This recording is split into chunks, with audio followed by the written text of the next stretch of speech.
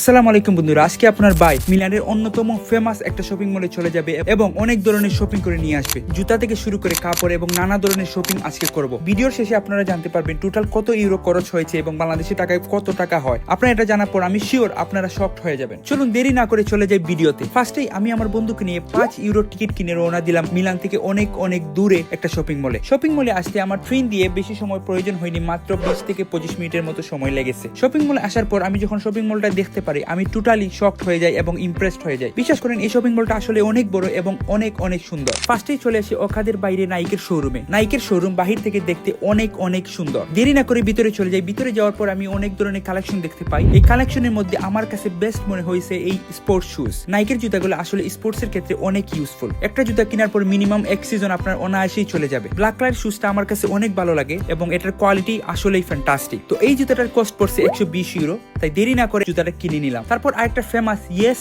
And জি এর শোরুমে চলে যাই। এখানে নানা ধরনের কাপড় থেকে শুরু করে অনেক কিছু পাওয়া যায় এবং এগুলোর কোয়ালিটি অনেক ভালো হয়। ভিতরে যাওয়ার পর আমার বন্ধুর একটা উডি চয়েস হলো। উডিটার কালারটা অনেক অসাধারণ এবং কোয়ালিটি আমার কাছে খুব ভালো লেগেছে। যেহেতু বন্ধুর চয়েস হয়ে গেছে, ডিসকাউন্টের পরে 87 ইউরো। তারপরও দেরি না করে কিনে নেই, বাট আসলে টাকাটা কিন্তু ও দিছিল। তারপর চলে যাই আপনাদের সবার ফেভারিট পুমার শোরুমে। পুমা আসলে অনেক ফেমাস। সবার ফার্স্ট চয়েসেই নরমালি পুমা থাকে। পুমাতে যাওয়ার পরে আমি টোটালি শকড হয়ে যাই, কারণ আমি ভিতরে ঢুকার পরে দেখতে পাই একটা জুতার মধ্যে ডিসকাউন্ট চলতেছে। 140 ইউরো একটা জুতার দাম, সেটা ডিসকাউন্ট দেওয়ার পর মাত্র এখন 35 ইউরো। এবং আমি দেরি না করে তাড়াতাড়ি জুতাটা কিনে নেই এবং জুতাটার কোয়ালিটি 100% অনেক অনেক ভালো। আমার অনেক দিন ধরে ইচ্ছা ছিল একটা ফুটবলের জুতা নিব, কারণ আমার লাস্ট ফুটবলের জুতাটা ছিঁড়ে গেছে। তাই আমি এখন চিন্তা করতেছি একটা জুতা নিব। তাই পুমার ভিতরে ঢুকার পর আমি একটা জুতাও চয়েস করি এবং সেটা ফুটবলের। জুতাটা দেখেই আপনারা বুঝতে পারতেছেন যেটার কোয়ালিটি আসলে অনেক ভালো হবে এবং অনেক অসাধারণ হবে। তাই আমিও এত চিন্তা না করে জুতাটা কিনে নেই এবং জুতাটার কস্ট পড়ছে মাত্র 66 ইউরো, যেটা বাংলাদেশি টাকায় 9 থেকে 10,000 টাকার মতো হবে আই থিঙ্ক। যেহেতু জুতা উডি অনেকগুলো নিলাম, এখন একটা ট্রাউজার নিতে হবে এবং আমার অলওয়েজ ফেভারিট কালার হলো ব্ল্যাক। তাই আমি ব্ল্যাক একটা চয়েস করি এবং এটার দাম পড়ছে মাত্র 35 ইউরো। ট্রায়াল না দিয়ে আমি ট্রাউজারটা কিনে নিই, যেটা বাংলাদেশি টাকায় 5,000 টাকার মতো হবে। আমার স্নিকারের প্রতি অলওয়েজ একটা উইকনেস কাজ করে, তাই আমি এখন চলে যাচ্ছি এডিডাসে। শপিং করতে আসার পর যদি এডিডাস থেকে কিছু না নেওয়া হয় তাহলে মন ভরে না। এডিডাসে যাওয়ার পর প্রথমেই আমার চোখে পড়লো একটা উডি। উডিটা দেখেই আমার কাছে অনেক ভালো লাগলো এবং এটার কোয়ালিটি আসলে ফ্যান্টাস্টিক। প্রাইসটাও খুবই রিজনেবল, মাত্র 49 ইউরো। এবং নরমালি 50-60 ইউরো ছাড়া এডিডাস এবং পুমা এরকম ব্র্যান্ডের দোকান থেকে কোনো কিছু কিনা সম্ভব হয় না। তাই 49 ইউরো দেখেই আমার কাছে মনে হলো এটা খুবই রিজনেবল এবং এরকম উডি পাওয়া আসলে অনেক মুশকিল। তাই আমিও দেরি না করে তাড়াতাড়ি এই উডিটা নিয়ে নিলাম। যেহেতু এডিডাসের একটা শোরুমে চলে আসছি, এডিডাস থেকে যদি কোনো স্নিকার না নেওয়া হয় তাহলে কিন্তু আসলে ভালো লাগে না। তাই আমি একটা ব্ল্যাক কালারের স্নিকার চয়েস করলাম এডিডাস থেকে। ব্ল্যাক কালারের এই স্নিকার চয়েস করার পিছনে কারণ হলো আমার ব্ল্যাক অলওয়েজ ফেভারিট এবং এই ব্ল্যাক কালারের ডিসকাউন্ট চলতেছে। ডিসকাউন্ট দেওয়ার পর এই ব্ল্যাক কালারের শুজটার দাম পড়ছে 65 ইউরো,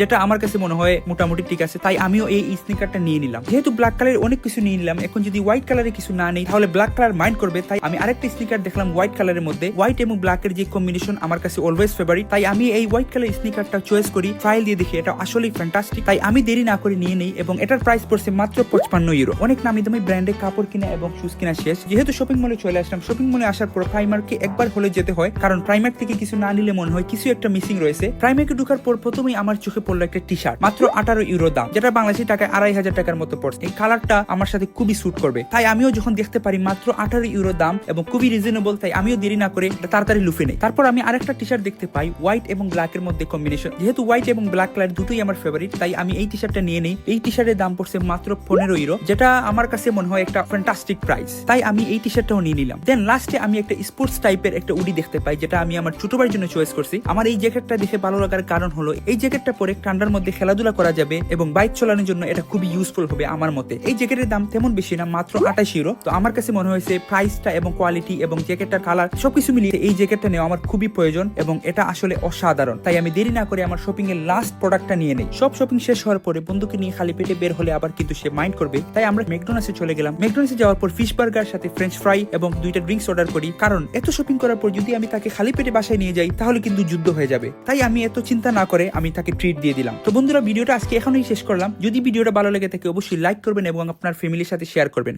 ভালো থাকুন, আল্লাহ হাফিজ।